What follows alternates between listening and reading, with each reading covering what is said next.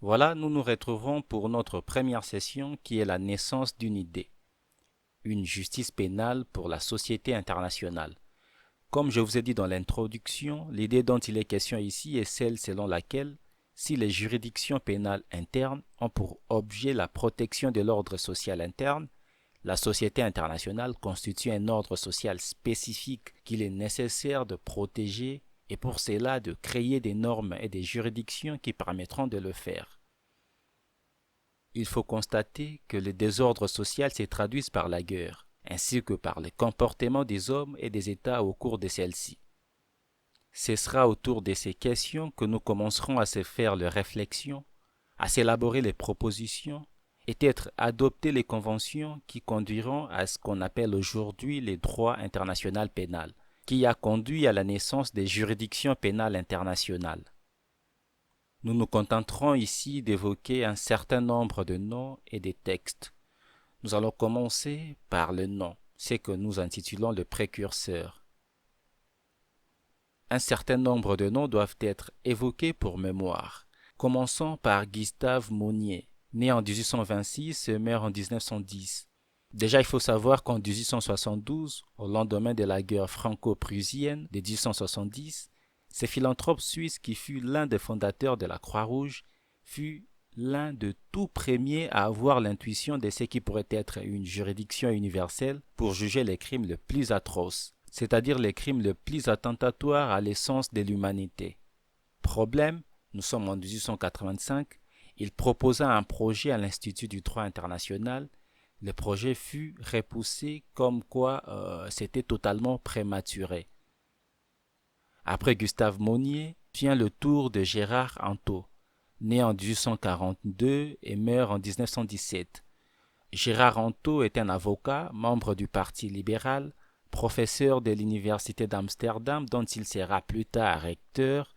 Il est le fondateur en 1999 de l'Union internationale de droit pénal.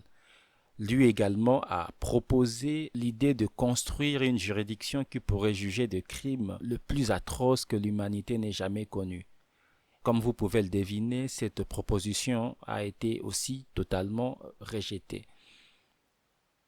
Ensuite vient le tour de Franz Von, né en 1851 et mort en 1919. C'est un professeur à l'université de Berlin. Lui, il voyait un droit criminel entièrement international. Quoiqu'encore à ses débuts, dans les règlements munis de sanctions pénales émanant du Commission internationale de navigation des santé, qui a produit des effets, à titre d'exemple, la Commission centrale pour la navigation sur les Rhin, acte de navigation du Rhin de 17 octobre 1868, la Commission européenne du Danube, article 16 du traité de Paris de 1856, la Commission supérieure des santé de Constantinople pour le peste-choléra, règlement organique du 10 juin 1839, et enfin la Commission sanitaire de Tanger, règlement du 28 avril 1840. Ces trois précurseurs seront suivis, après la Première Guerre mondiale, par le baron Édouard Deschamps, né en 1847 et mort en 1933. Édouard Deschamps est un Belge, professeur à l'université de Louvain, ministre d'État, président du comité des juristes chargé d'élaborer l'avant-projet de la Cour pénale de justice internationale. Édouard Deschamps proposera sans succès, le 21 juin 1920, la création d'une haute cour de justice internationale compétente pour statuer les crimes contre le droit des gens. D'ailleurs, si vous souhaitez approfondir sur le droit des gens, le droit de la guerre, je vous propose de suivre ma formation sur les fondamentaux du droit international humanitaire. Après le baron Édouard Deschamps vient le tour de Vespasien Pella. C'est un professeur roumain, auteur en 1925 de la criminalité collective des États et le droit pénal de l'avenir, où il évoque les notions des crimes de guerre, des guerres d'agression et des crimes de droits des gens. Il fut, sur ces derniers points, l'objet d'une forte opposition d'Henri Donne-Dieu, autre maître du droit pénal international, partisan d'un développement interétatique de sa matière. Henri Dondieu est un professeur de droit pénal et de droit pénal international à la faculté de Paris et juge français au tribunal de Nuremberg. Il créa d'ailleurs en 1924 l'Association internationale de droit pénal. Après Henri Dondieu vient enfin le tour de Quintiliano Saldana, né en 1878 et mort en 1938. Professeur à Séville et à Madrid, auteur de 160 publications, Quintiliano est cofondateur de l'Association internationale de droit pénal. Donc, toutes ces personnalités sont considérées aujourd'hui comme le précurseur de la justice pénale internationale. Ils ont tous proposé, sans succès, la création d'une justice pénale au niveau international. Une justice qui pourrait juger des crimes de guerre, des crimes d'agression et des crimes du droit des gens. Passons maintenant au premier texte.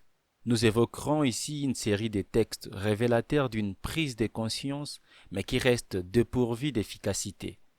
Nous allons commencer par le texte pour terminer sur les constats d'une efficacité. Notre premier texte sera la Convention de Genève de 1864, la Convention de 22 août sur les traités des militaires blessés. Et ensuite vient la Déclaration de Saint-Pétersbourg de 1868, la Déclaration de 11 décembre sur l'interdiction de balles explosives. Ensuite, la Convention de La Haye de 1899, la Convention de La Haye 2 où on trouve la clause Martens. J'y reviendrai plus tard sur la clause Martens, et la Convention de La Haye 3 sur la guerre sur terre et sur la conduite des hostilités. Comme je vous ai dit tout à l'heure, si vous souhaitez approfondir sur le droit de la guerre, sur la conduite des hostilités, la conduite de la guerre, sur le droit international humanitaire, donc je vous demande de suivre ma formation sur les fondamentaux du droit international humanitaire. Et enfin, la Convention de La Haye 3 de 1907, la Convention de 18 juillet sur la couverture des hostilités, mais aussi la Convention de La Haye 4 sur les lois et coutumes de la guerre sur terre, la Convention de La Haye 8 sur les mines, et enfin la Convention de La Haye 9 sur les bombardements par des forces navales. Parlons maintenant du clause Martens. Il faut savoir qu'au préambule de la Convention de La Haye 2 de 1899 sur les lois et coutumes de guerre figure la clause Martens sur les lois de l'humanité. Cette clause constitue le socle juridique sur lequel s'est fondée la Commission de 1919 pour envisager le poursuite à l'encontre des auteurs des crimes commis au cours de la Première Guerre mondiale, et notamment des responsables turcs des crimes commis à l'encontre de la population arménienne. La clause s'est fondée sur une déclaration du professeur Frédéric Formand de Martens, délégué russe à la conférence.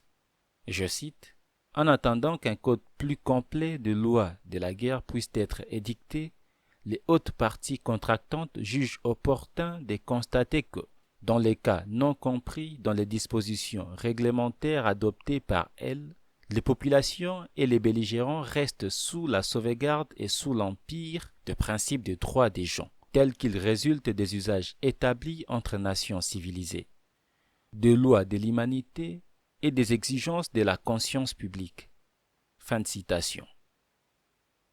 Passons maintenant au constat d'inefficacité. Il faut savoir que la faiblesse majeure de cette première période est que la mise en place de ces premières règles relatives aux droits de la guerre ne s'est pas accompagnée d'une détermination internationale des sanctions applicables. La répression était laissée à la discrétion de lois nationales. Les États étaient libres de punir ou non les actes commis par leurs troupes ou par les troupes ennemies. Cela explique les accusations de faux-semblants, d'hypocrisie et d'inutilité dont ces textes furent l'objet, et leur incapacité à éviter la guerre.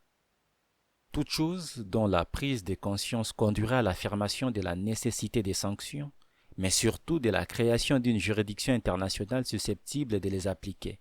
Cela nous conduit à l'heure des juridictions.